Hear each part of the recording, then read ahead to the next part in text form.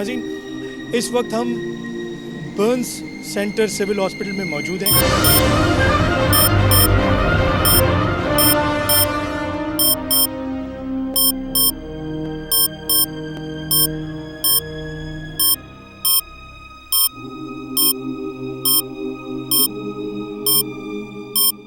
بات کریں گے کہ یہ برنس سینٹر کیا کام کر رہا ہے, کیا سہولیات دے رہا ہے ہمارے شہر کے لوگوں کو, اور یہ پاکستان کا سب سے بڑا برن سینٹر ہے. پیشنٹ جب جلا ہوا آتا ہے خاص طور پہ اس وقت سب سے پہلا سٹیپ کیا لینا چاہیے گھر میں اگر ہوں؟ پانی ڈالنا سب سے پہلا اسٹیپ ہے جو بہت زیادہ ضروری ہے.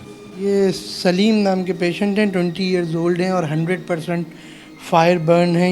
یہ بھی کچن میں کھڑے ہو کر کام کر رہی تھی. جو چولہا جل رہا تھا نا اس سے ان کے دوپٹے میں آگ لی اور پتہ نہیں ہمیں خود سمجھ میں نہیں آ رہا ہے کس طریقے سے یہ جلتی چلی گئی. سب سے پہلے تو بیٹا آپ اگر تھوڑی سی ہمت کرو گے نا تو انشاءاللہ آپ ٹھیک ہو جاؤ گے. ایمرجنسی میں آتے ہیں جلے ہوئے لوگ حادثاتی طور پر یا کسی اور وجوہات کی بنا پر, جس میں گھریلو تشدد بہت بڑا ایلیمنٹ ہے.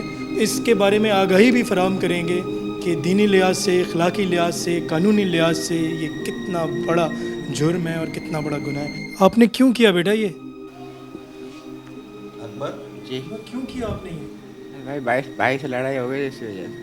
بھائی سے لڑائی ہو گئی تھی تو آپ نے اپنے آپ کو جلا دیا.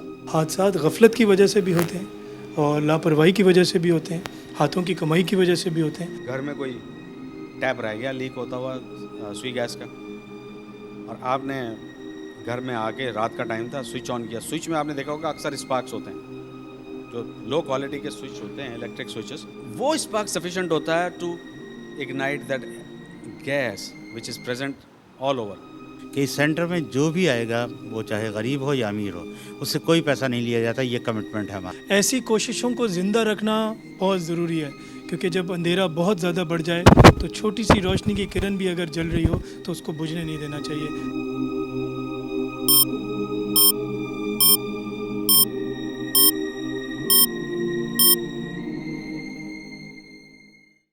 بسم اللہ الرحمن الرحیم. اللہ کے نام کے ساتھ جو رحمان اور رحیم ہے. السلام علیکم ناظرین, میں عمران وحید آپ کو الرحمن الرحیم کی طرف سے خوش آمدید کہتا ہوں. ناظرین, جیسا کہ آپ جانتے ہیں کہ صحت سب سے بڑی نعمت ہے اور اللہ تعالیٰ نے یہ نعمت ہمیں بن مانگے عطا کی ہے. اس کا اندازہ ہمیں اس وقت ہوتا ہے اس کی قدر کا, اس کی ویلیو کا, کہ یہ کتنی انمول چیز ہے جب ہم بیمار ہوتے ہیں یا ہم کسی کو بیمار دیکھتے ہیں یا کسی کو بیماریوں سے یا حادثاتی طور پہ کسی تکالیف سے گزرتے ہوئے دیکھتے ہیں.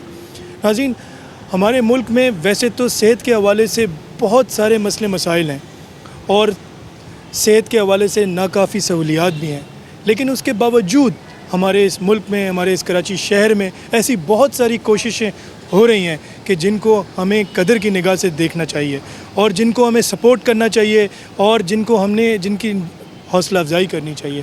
ناظرین, اس وقت ہم برنس سینٹر سول ہاسپٹل میں موجود ہیں اور میرے ساتھ اس وقت محترم جناب دبیر الرحمان صاحب, ایگزیکٹو ڈائریکٹر برن سینٹر کے میرے ساتھ موجود ہیں, اور ہم آج یہاں موجود ہیں. ہم یہاں بات کریں گے کہ یہ برن سینٹر کیا کام کر رہا ہے, کیا سہولیات دے رہا ہے ہمارے شہر کے لوگوں کو, اور یہ پاکستان کا سب سے بڑا برن سینٹر ہے جہاں پہ ہر قسم کے لوگ جو جلائے جاتے ہیں یا حادثاتی طور پر ڈومیسٹک وائلنس کے ذریعے, جن میں عورتیں بچے جو ہے ڈومیسٹک وائلنس کا شکار ہو کر اور جل جاتے ہیں اور وہ آتے ہیں تو ان کا علاج کیا جاتا ہے. اور اس کے علاوہ حادثاتی طور پر بھی بہت سارے جو ہے پیشنٹس ادھر آتے ہیں جن کا فری آف کاسٹ یہاں علاج ہوتا ہے. یہ ایک بہت اچھی کوشش ہو رہی ہے اور الرحمن الرحیم آپ کو پتہ ہے ناظرین کہ ہم کوشش کرتے ہیں کہ ایسے لوگوں کی حوصلہ افزائی کریں, آپ لوگوں کے سامنے ان کو لے کر آئیں تاکہ ان کی حوصلہ افزائی ہو, اور جو کنٹریبیوشن ہم کر سکتے ہیں ایسے اداروں کو مستحکم کرنے کے لیے, سپورٹ کرنے کے لیے, مضبوط کرنے کے لیے اور ان کا کام آگے بڑھانے کے لیے, تاکہ زیادہ سے زیادہ یہ سہولیات عوام تک پہنچیں اور ہمارے مسئلے مسائل میں کمی آئے. تو آغاز کرتے ہیں اپنی بات چیت کا. السلام علیکم دبیر صاحب. وعلیکم السلام. اچھا, یہ بتائیے کہ آپ کب سے اس ادارے سے منسلک ہیں؟ سب سے پہلے تو میں آپ کے چینل کا شکر گزار ہوں اور آپ لوگوں کا شکر گزار ہوں کہ آپ نے اس پر توجہ دی اور یہاں پر آپ تشریف لائے. یہاں پر میں 7 دسمبر 2004 سے ہوں اور 13 دسمبر 2004 کو اس کو انوگریٹ جو گورنر ڈاکٹر اشرت العباد ہیں انہوں نے کیا، اور اس وقت سے یہ سلسلہ، یہ سفر جاری ہے. تو ڈے 1 سے I am here. Public private partnership کے تحت ایکچولی یہ کام اسٹارٹ ہوا، اور فلانتھراپسٹ گروپ ہے فرینڈس آف ون سینٹر کے نام سے، جس میں میں executive director member board of management ہوں.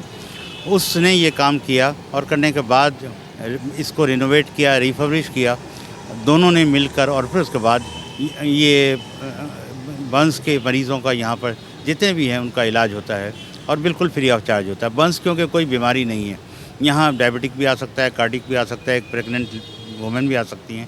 تو جلے ہوئے جتنے بھی لوگ آتے ہیں، چاہے وہ انسیڈنٹل ہوں یا سوسائڈل ہوں، ہوموسائڈل ہوں، جس سچویشن میں بھی ہو، ان سب کا یہاں پر علاج کیا جاتا ہے.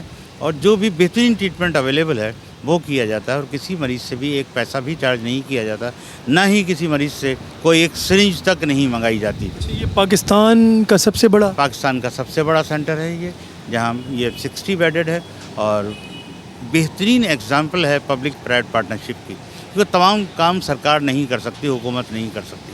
تو سب مل کر اگر کریں گے تو اس کام میں زیادہ سنرجسٹک ایکشن بھی ہوگا، اور وہ تمام چیزیں بھی ہوں گی. تو یہ تمام چیزوں کو جو ہے ہم مل کر اس تمام چیزوں کو کر رہے ہیں، اور اسٹاف بھی تمام جتنے بھی فیسلٹیز کی ضرورت ہے وہ بھی کر رہے ہیں، اور کرتے رہیں گے انشاءاللہ. یہ ناظرین، اب ہم اپنے پروگرام کو ذرا لے کر چلتے ہیں، آگے بڑھانا چاہیں گے کہ ہم چلیں گے اندر، دیکھیں گے کہ کس طرح کی فیسلٹیز ہیں، کس طرح کا کام ہو رہا ہے، پیشنٹ سے بات کریں گے. اب ہم چلیں گے، ان کی فیسلٹیز دیکھیں گے کہ کیا طریقہ کار ہے، کیا پروسیجر ہے، اور اس کے حوالے سے دبیر صاحب سے اور مزید بات کریں گے. تو آئیے چلتے ہیں.